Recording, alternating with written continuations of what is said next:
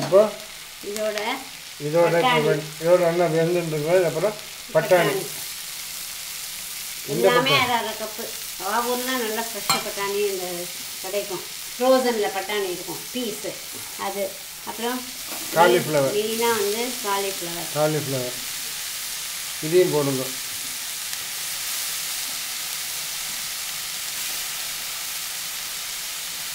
அப்புறம் குடமிளகா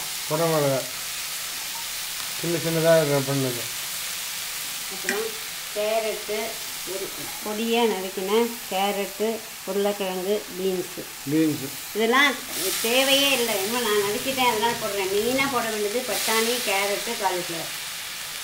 மிச்சம் மீதி இருக்கிறதுலாம் நான் வேறு ஏதோ பண்ணணும்னு நினச்சி கட் பண்ணிட்டேன். அதனால் வந்து நவரத்ன குருமா பண்ணணும்னு நினச்சேன். அதுக்கு சில இன்க்ரீடியன்ஸ் கிடைக்கல, அதனால் அதெல்லாம் போடுறேன். பட் இதெல்லாம் மெயினாக தேவையானது கேரட்டு. அந்த கேரட் பொடியாக நறுக்காமல் துருவியும் போடலாம்.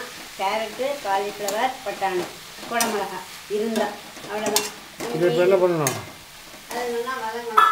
இது நல்லா இது போல் வதங்கட்டங்க, நல்லா வதங்கட்டும். அப்புறம் இந்த மீன் டைம் பாஸ்மதி ரைஸு ஒன்றுக்கு ஒரு 10 நிமிஷம் முதல்ல ஊற வச்சுட்டு 1க்கு 1.5 தண்ணி விட்டு பொலவலான்னு சாதமாக ஆக்கிக்கணும். அது நான் முன்னாடி வச்சுருக்கேன்.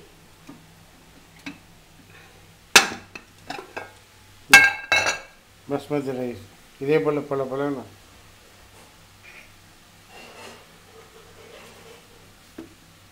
இது போல் குழையாமல் அதே போல் வச்சுக்கோங்க, ரெடியாக வச்சுக்கோங்க. அது இது பொலன்னு இருக்கணும்னா இதில் வந்து கொஞ்சோண்டு நல்லெண்ணெய் லேசாக சேர்த்து வச்சேன்னா உதிராக ஆகிடும், ஒட்டாமல் வரும் சாதம்.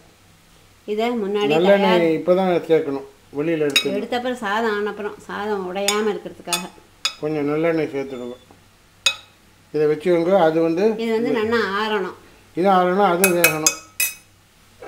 அப்புறம் பார்த்துக்கணும்.